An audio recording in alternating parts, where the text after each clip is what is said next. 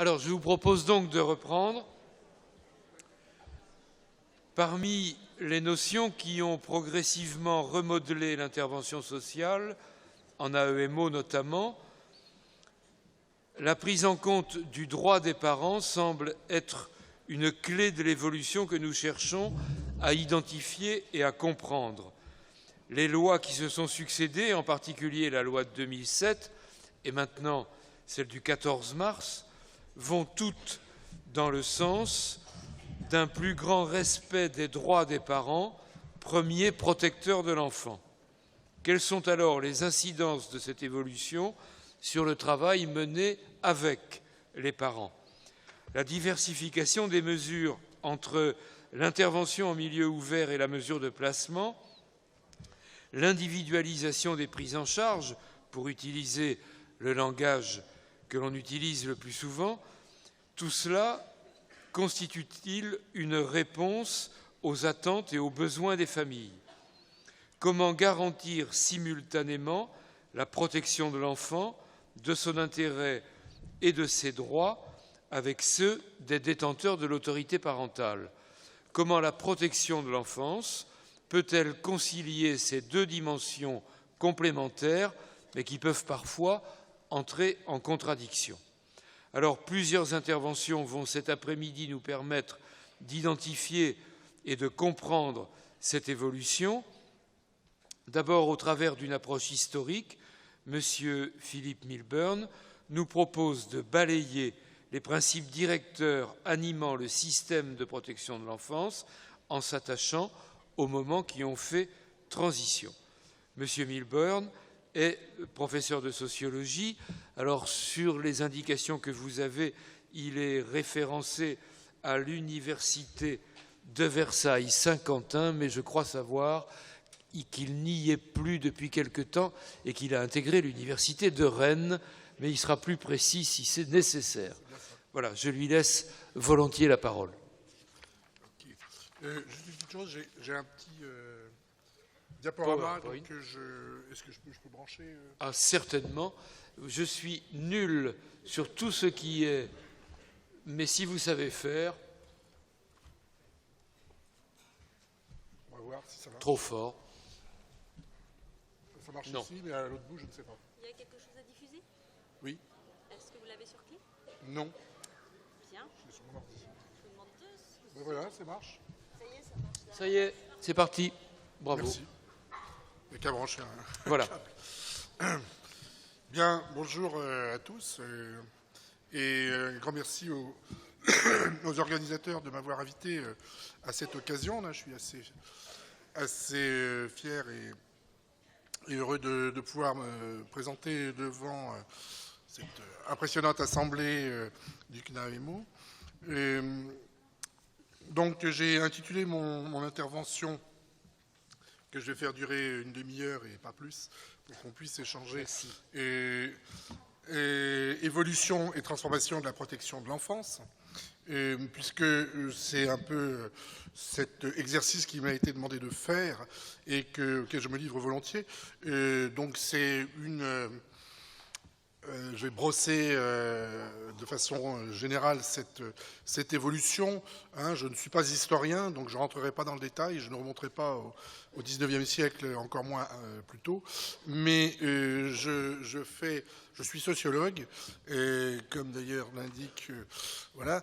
Et donc c'est une approche sociologique que je propose, qui vise à voir les évolutions, notamment depuis la Deuxième Guerre mondiale.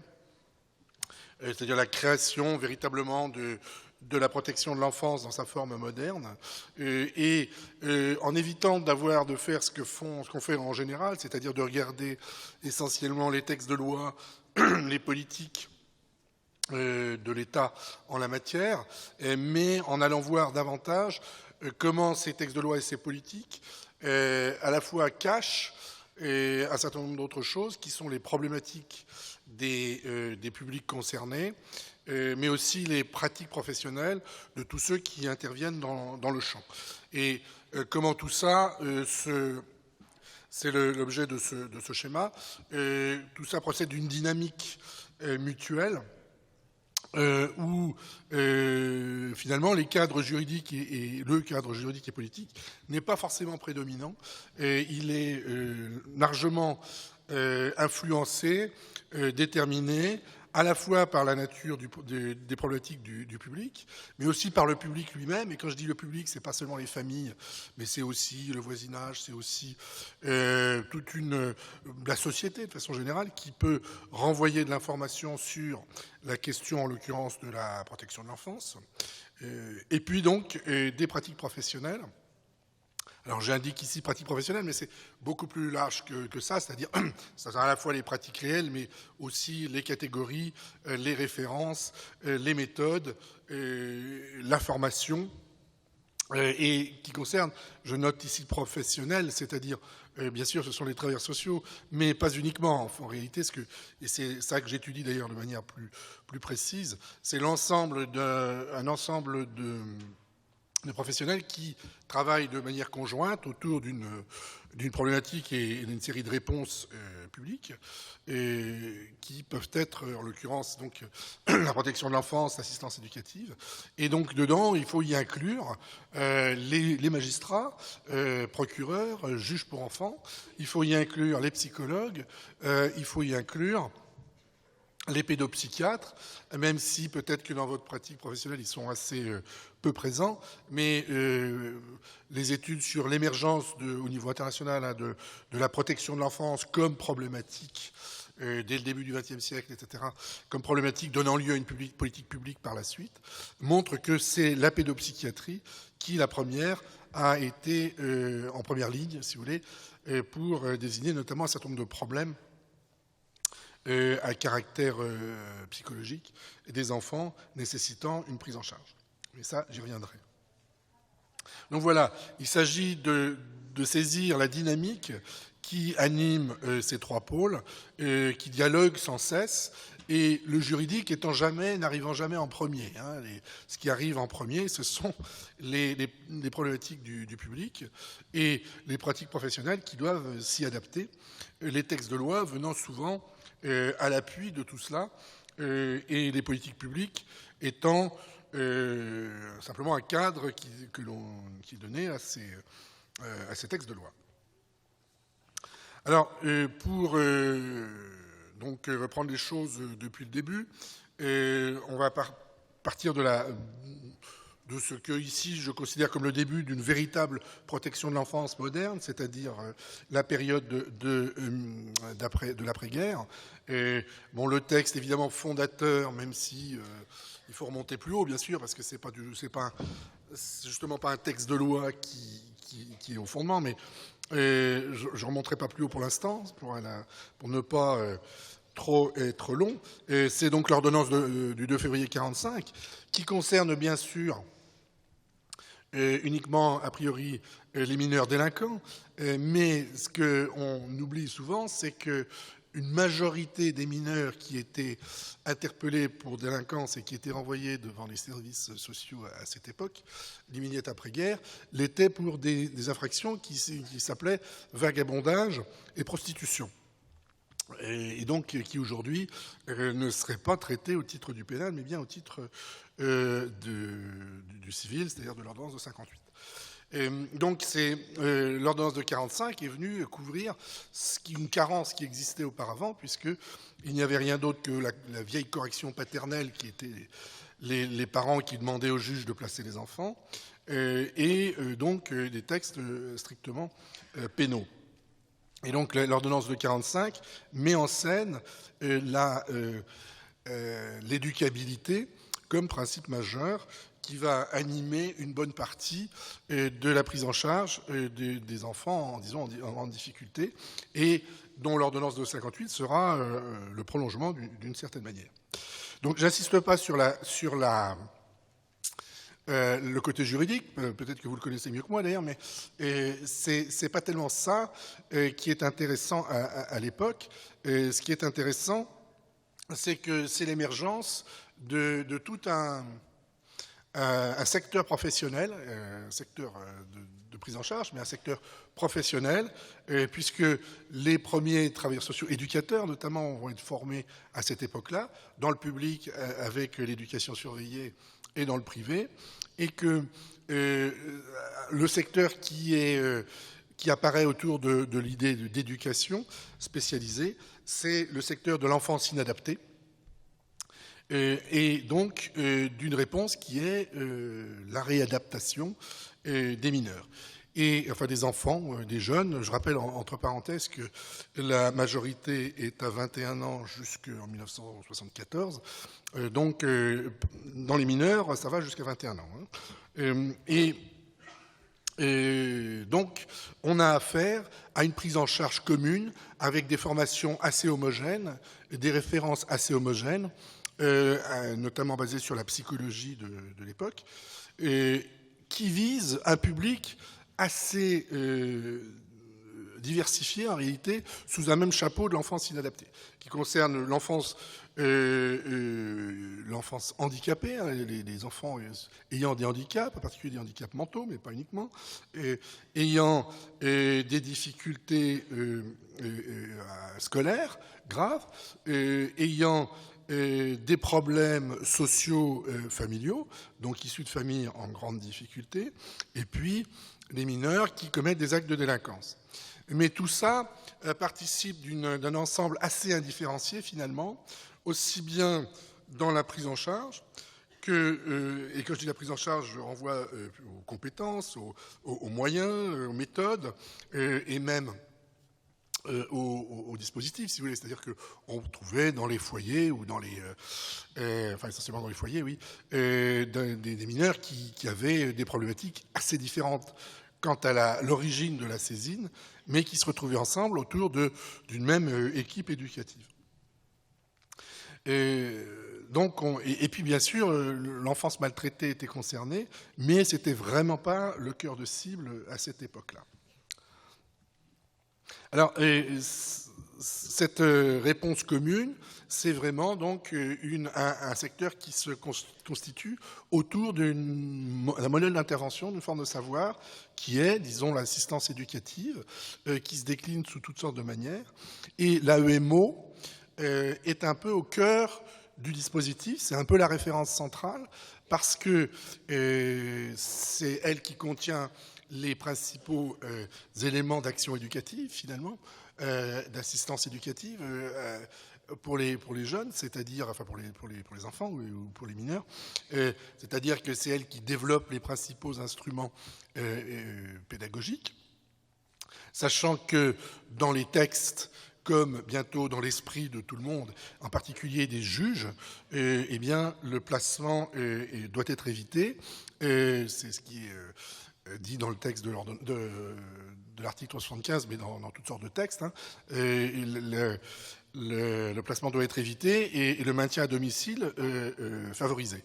Et donc ça c'est nouveau, hein, parce que c'est vraiment quelque chose qui est la mesure phare qui fait suite à la Deuxième Guerre mondiale, et donc il s'agit de maintenir les enfants dans leur domicile autant que possible, même quand les familles sont difficiles, parce que il faut aider, soutenir la famille, améliorer le sort des familles pour améliorer le sort des enfants, c'est le principal levier.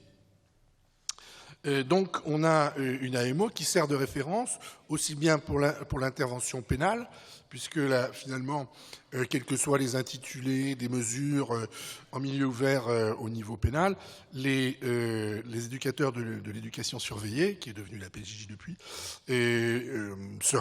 ont des pratiques extrêmement semblables à celles qui existent dans le secteur civil, dans le secteur privé, associatif, ou dans le secteur public de l'aide sociale à l'enfance.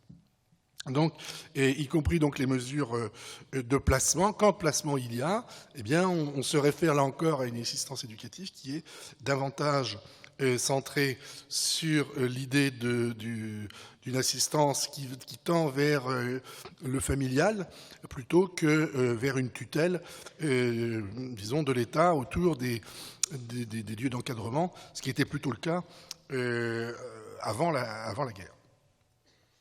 Voilà, alors c'est ce cadre-là qui se développe progressivement entre 1945 et les années 70, qui va crescendo avec un double référentiel qui est d'une part, c'est une période que j'appellerais l'âge d'or, même si vous verrez que il n'est pas forcément si doré que ça, hein, ni pour les éducateurs, ni pour les mineurs qui sont pris en charge ou leurs familles. Mais bon, et c'était un âge d'or dont je n'ai pas les chiffres exacts, mais on était à 10 mesures par éducateur. Hein. En ça que c'était un âge d'or. Et oui, je vois que ça fait réagir.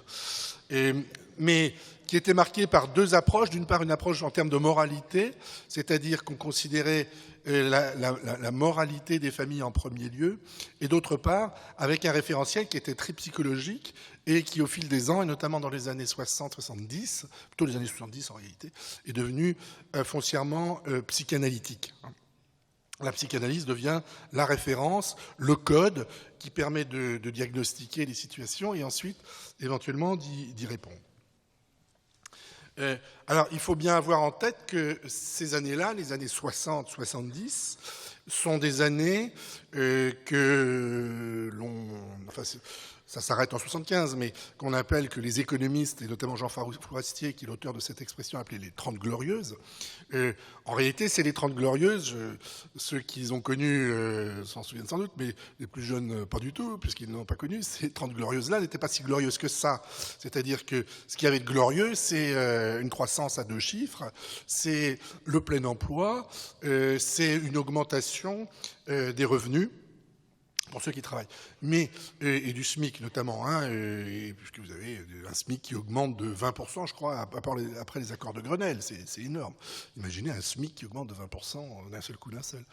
Et donc c'est ça les 30 glorieuses, mais pendant ces 30 glorieuses, il ne faut pas oublier que les familles étaient dans un état de pauvreté considérable, que les salaires étaient très bas, que le SMIC était par rapport à les indices de consommation très faibles, etc. Et donc que les gens habitaient en plus dans des conditions de logement extrêmement déplorables. Et ça, c'est le fameux taudis des années 60-70, avec des programmes de traitement de ce logement, de programmes de correction des taudis, etc. Donc c'est vraiment une époque où il n'y a pas de problème d'emploi, il n'y a pas de problème d'exclusion, mais il y a des problèmes essentiellement de pauvreté, d'hygiène, de santé et des problèmes scolaires à une époque où il n'y a que 20% d'une classe d'âge qui va jusqu'au bac et il y a 30, 40, 50%, ça dépend des époques, qui n'atteignent pas le fameux certificat d'études. Hein. Donc, ce qui pose de sérieux problèmes s'agissant des enfants. Donc, ce qui est visé par les interventions d'assistance éducative, ce sont des problèmes de ce type, et avec des réponses qui sont des réponses à la fois en termes de prise en charge un peu contraignante, et d'autre part, de prise en charge de type psychologique, d'un suivi qui n'est pas vraiment thérapeutique, mais qui s'inspire de quelque chose de thérapeutique. Je vous donne quelques exemples, j'en avais souligné beaucoup, mais je vais juste donner quelques exemples de mesures d'observation et de rapports donc aux juges qui ont été donnés à l'époque. En voilà un qui est pas mal. Jacques, à 16 ans, il est placé dans un foyer par décision de justice. Et l'évaluation dit, il sélectionne tellement les offres d'emploi qu'aucune ne lui convient. Il ne reste pas plus que de quelques jours dans une entreprise. Il est capable de se critiquer, mais ne culpabilise pas vraiment. Il craint son père, mais ne l'aime pas. L'identification est totalement négative. Il a de nettes tendances obsessionnelles et des conduites d'échec évidentes. Le conflit oedipien n'a pas été résolu. Son incapacité à entrer dans une usine où il doit travailler, son blocage devant la porte, évoque un phénomène d'obsession-impulsion résultant de traumatismes affectifs. Personnalité fragile et névrotique, l'important est de l'amener progressivement à prendre nettement conscience de ces conflits et de leur origine. Donc on est en 1971. Et autre exemple là qui vise... Alors donc vous voyez, là ce qui m'intéresse, c'est le côté très psycho. Autre enquête, dans la famille Delattre, en termes de loisirs, il n'existe dans ce foyer aucune télévision ni moyen de distraction. Alors vous allez voir que ça compte. La famille n'est pas bien renommée à l'extérieur de la part des détaillants et de l'alimentation des marchands du pays. Elle a une réputation d'héberger des jeunes gens louches qu'elle sait parfois rechercher par les services de police. Il a été constaté le passage fréquent de certaines jeunes filles et jeunes hommes qui viennent chercher asile. Pourtant, le lieu n'a rien pour inciter les personnes censées à venir résider dans ce foyer. Conclusion, mesures de surveillance particulièrement strictes à l'égard de l'épouse Delattre. Tutelle des allocations familiales. Alors, il est très peu question des enfants, d'ailleurs, dans cette évaluation. Hein. On constate que M. Delattre trompe sa femme, mais qu'il trouve ça normal parce que... on trouve ça normal parce que, finalement... elle devrait l'accueillir mieux à la maison. Et cette femme, donc, et Madame Delattre, ne réagit que pour se plaindre amèrement de la conduite de son mari, surtout à son égard. Et nous l'avons souvent entendu déplorer avec les larmes les infidélités de son époux, sans vouloir admettre qu'un peu mieux reçu dans une maison plus propre, l'intéressé serait peut-être plus fidèle. C'est pas une blague, hein, c'est un rapport... d'Homo de 1972. Désordre et saleté du foyer, mauvaise tenue des enfants, elles sont aux yeux de la jeune femme sans importance, puisque les enfants sont en bonne santé. Il est noté ailleurs que, quand même, comme ils sont un peu dodus, ils ne sont pas trop mal nourris. Bref, ils mesurent d'AEMO reconduite pour 3 ans. Oui. C'est pas une blague, c'était exactement, vous donnez le reflet des années 70, et évidemment, on a complètement changé d'univers. Hein. Donc, à cette époque, c'est ce que je vous lis, c'est extrait d'un ouvrage qui était publié à l'époque, qui faisait de sociologue, qui faisait l'observation de ce milieu-là, dont voilà le titre. D'ailleurs, Philippe Meyer, L'enfant et la raison d'État, et Philippe Meyer qui était un sociologue qui est devenu depuis animateur de radio, et Jacques Donzelot, qui avait travaillé avec lui, écrit un ouvrage qui s'appelle La police des familles, et 2 autres sociologues lyonnais, Isaac Joseph et Philippe Fritsch, écrivent Discipline à domicile, l'édification de la famille. Alors si je vous parle de ça, c'est parce que à cette époque-là, il y a toute une critique de cette prise en charge éducative au pénal, au civil ou administrative, faite notamment par des sociologues qui sont dans la mouvance de Michel Foucault à l'époque, et qui est extrêmement critique avec cette approche et qui, grosso modo, considère, premièrement, qu'on a affaire à un moralisme bourgeois. Hein, on est dans l'époque où le marxisme est une référence.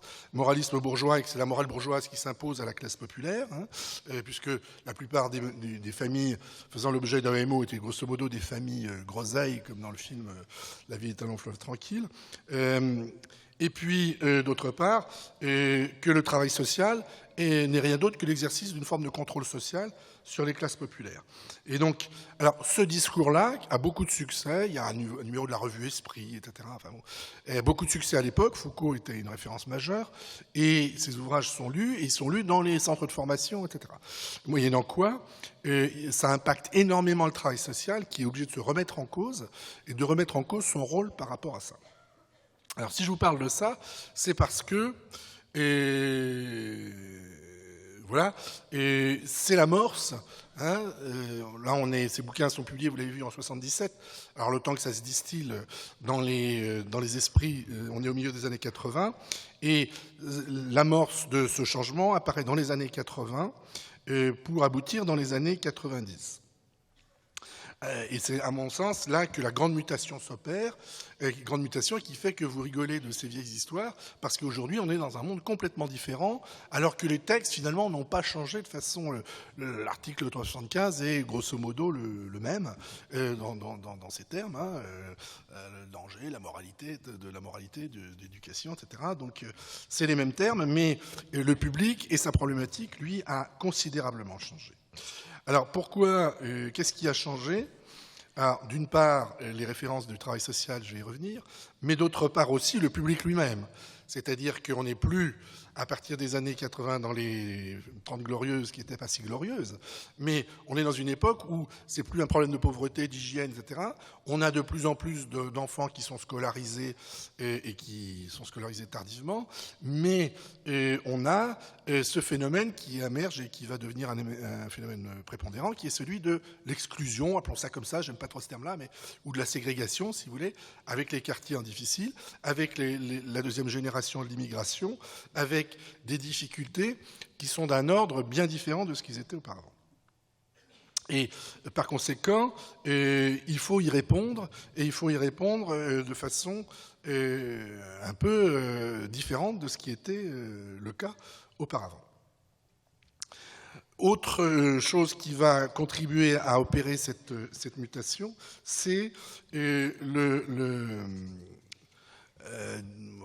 c'est un texte de loi, mais c'est même pas un texte de loi d'ailleurs, c'est une convention internationale. C'est la promulgation de la Convention internationale des droits de l'enfant en 89, donc, et qui va impulser toutes sortes de choses au niveau international, mais au niveau français également, autour de la notion de droit de l'enfant, et qui va faire que la protection de l'enfance va être considérablement impactée, puisqu'elle va être en première ligne pour contribuer à défendre des droits de l'enfant qui seraient menacés, notamment son droit à une vie, une éducation normale et surtout une vie protégée, quoi, hein, l'intégrité de l'enfance.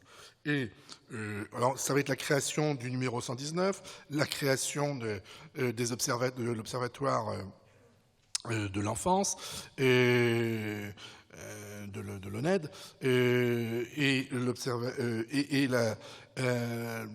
des observatoires, enfin c'est dans les années 90, des observatoires départementaux. Et puis, autre chose qui est un peu extérieure, mais qui aura d'autant plus d'impact que les droits de l'enfant sont mis en avant. Il y a la création du défenseur des enfants aussi, bien sûr. C'est le fait qu'il y a un certain nombre d'affaires de pédophilie qui vont apparaître dans les années 90 et avoir un retentissement médiatique considérable, parce que probablement qu'il y avait des affaires de pédophilie avant, mais qu'elles ne sortaient pas dans les médias.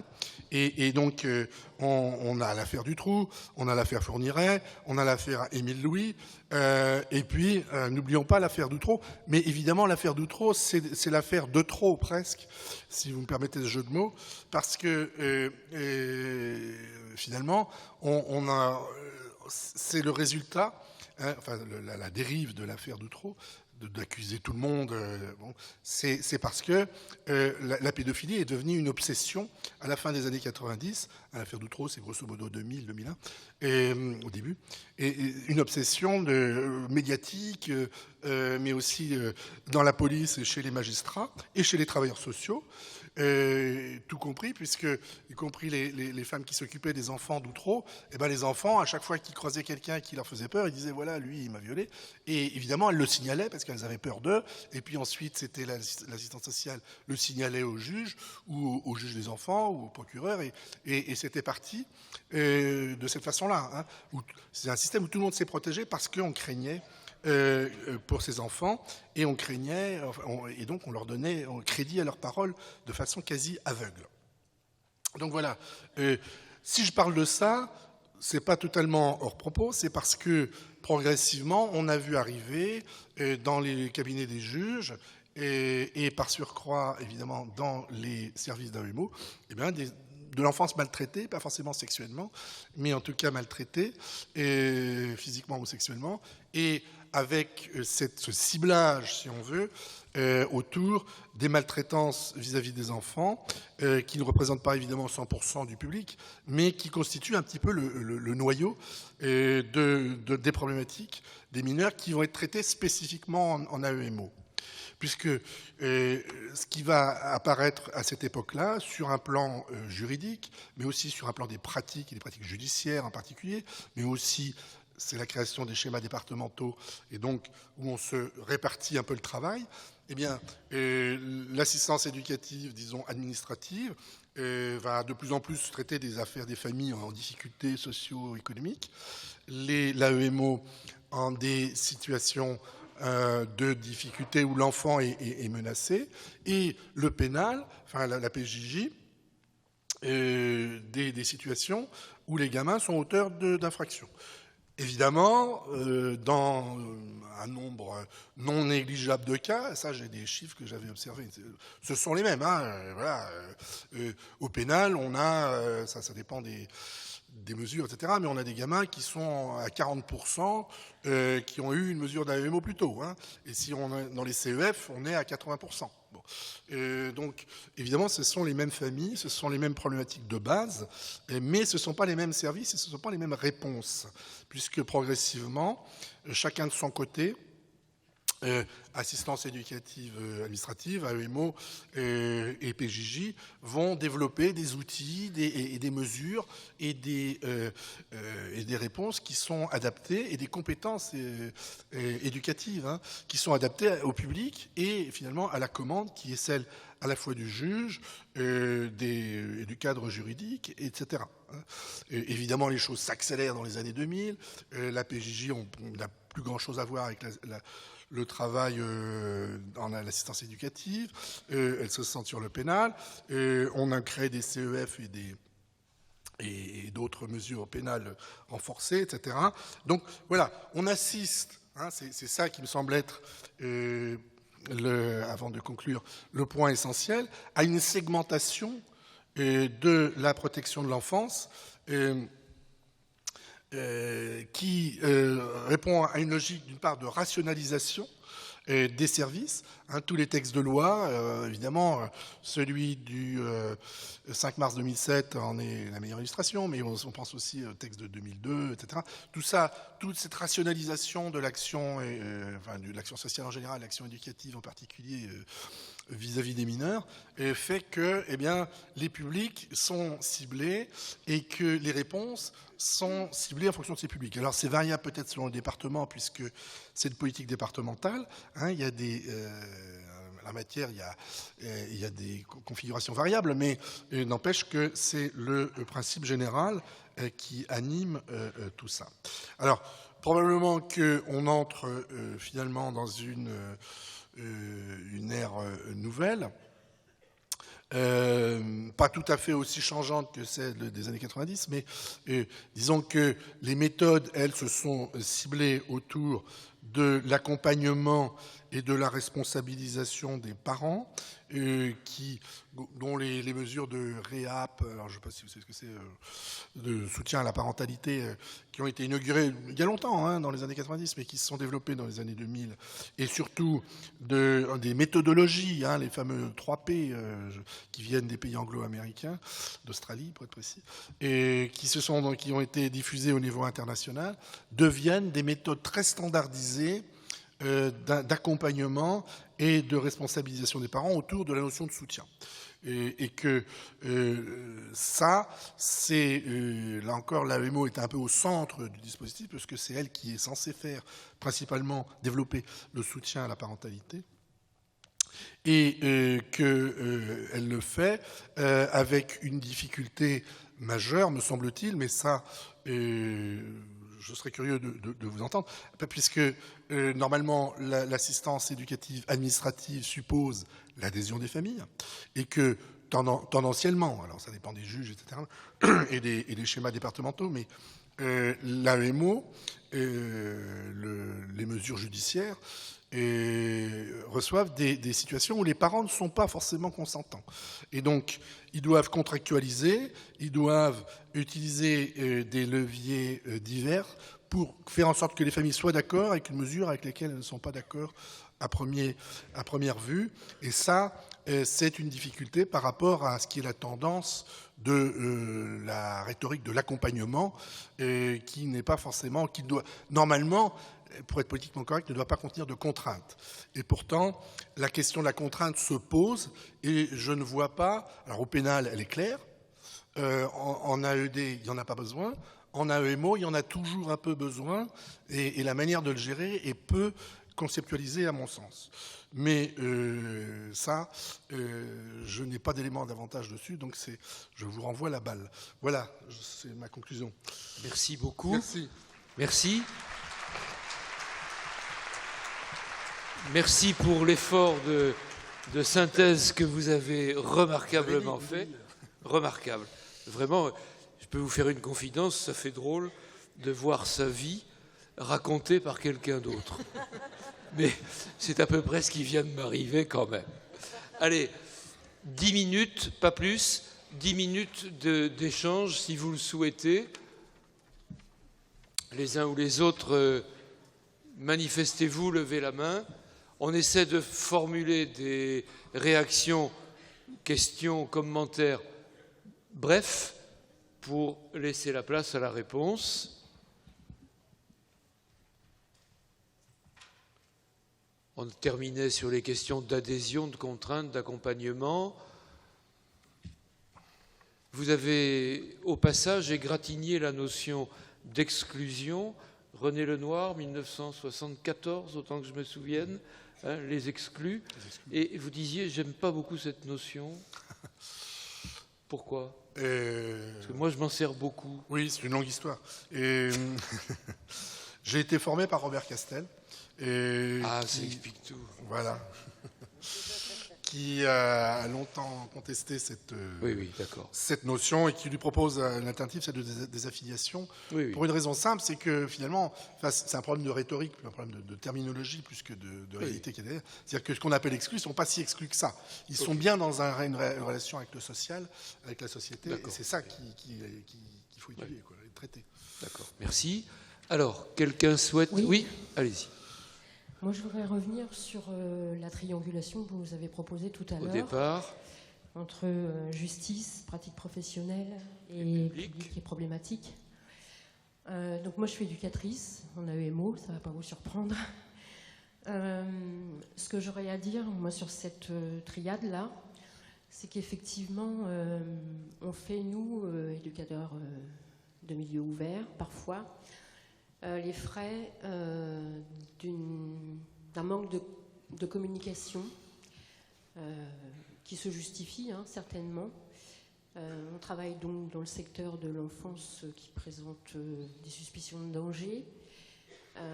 Parfois, la justice, la police, la brigade des mineurs, a des informations sur des personnes que nous côtoyons dans le cadre de l'exercice de nos missions de protection de l'enfance.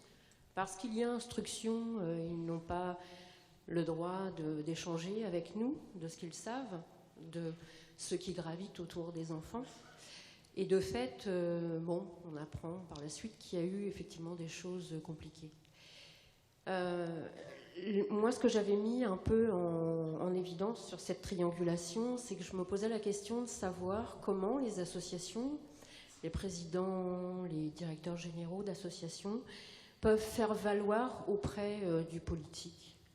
Comment valoriser les échanges entre les acteurs sociaux, les travailleurs sociaux, la santé, le domaine de la santé, parce que vous parliez des pédopsychiatres tout à l'heure, mais il y a aussi les psychiatres qui travaillent avec les pédophiles, qui travaillent avec les personnalités perverses, et aussi la justice. Et comment éducation, santé, mentale, structure mentale, psychologique et justice peuvent se mettre autour de la table et échanger.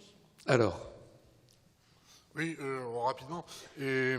Montréal ne concerne pas spécialement les cas particuliers, elle concerne les évolutions dans la longue durée d'un secteur d'action publique, en l'occurrence de la protection de l'enfance. Et ce que vous pointez, c'est davantage c'est un sempiternel problème, des relations entre les différents professionnels autour d'un même cas ou d'une série de cas problématiques, avec une série de rationalité, disons, professionnelle, celle de la police, celle de la justice et des juges d'instruction, du secret de l'instruction, etc., celle des travailleurs sociaux qui doivent protéger, mais qui doivent aussi signaler, etc., et qui se combinent mal. Donc, effectivement, le problème de ce secteur, à mon sens, c'est sa décentralisation. C'est-à-dire que et dans le secteur, un autre secteur que j'observe, celui de la sécurité, c'est décentralisé, mais c'est quand même, il y a quand même la justice et la police qui sont très fortement centralisées. Donc on a des comment ça s'appelle, contrats locaux de sécurité, des conseils locaux de sécurité et de prévention de la délinquance, etc.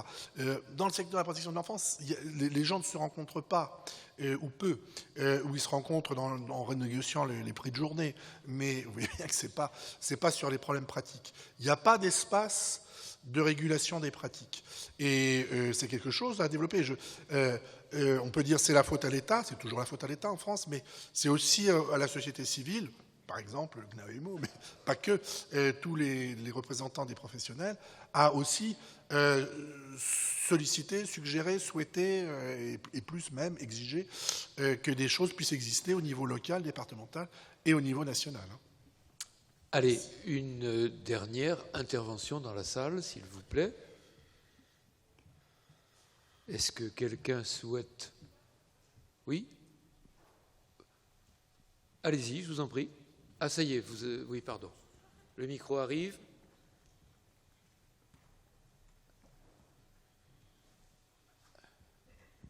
Oui, bonjour. Je voulais parler des faux semblants par rapport aux différentes lois qui succèdent et dont vous avez rappelé les évolutions dans le temps et dans une société. Là, on peut constater qu'à certains moments, avec la loi de 2007, on est dans des adhésions contraintes et que dans le rôle dans lequel on met les magistrats, donc dans un rôle subsidiaire, on se retrouve avec des mesures d'AEMO où il y a de moins en moins de contraintes. Parce que quand il y a des familles qui ont compris qu'ils ne veulent plus travailler dans le cadre de l'AEMO, ils peuvent nous fermer la porte, le juge ordonne la mainlevée de la mesure. Donc on se retrouve avec parfois des actions éducatives à domicile qui sont soi-disant contractuelles, mais qui sont fortement contraintes parce que sinon on menace d'un signalement au procureur. Et on se retrouve dans une situation où l'AEMO, où il y a une contrainte judiciaire qui est de moins en moins contraignante. Alors merci, Monsieur Milburn, et puis si vous voulez bien... votre réponse. Il n'y a pas vraiment de réponse, j'en prends bonne note et ça me renseigne sur, enfin ça me dit bien que j'avais vu juste que telle est la problématique et que les réponses, si le juge c'est la malvée, c'est assez étonnant. Mais à mon avis, c'est pas toujours la malvée parce qu'il peut y avoir, si l'enfant est réellement en danger et que ça peut lui retomber sur le dos, là, il est obligé de faire autre chose. Je ne sais pas quoi, mais de faire autre chose. Donc voilà, mais tout est en termes de responsabilité par rapport au danger et à la responsabilité professionnelle des uns et des autres. C'est là que ça se joue. Et si le danger n'est pas si avéré que ça, et ben effectivement, on se retrouve avec une malvée, c'est fâcheux. Merci. Est-ce que vous souhaitez une minute pour conclure, ajouter quelque chose ? Je pense que l'essentiel a été... Alors, merci beaucoup. Merci pour cet effort de synthèse. Merci à vous.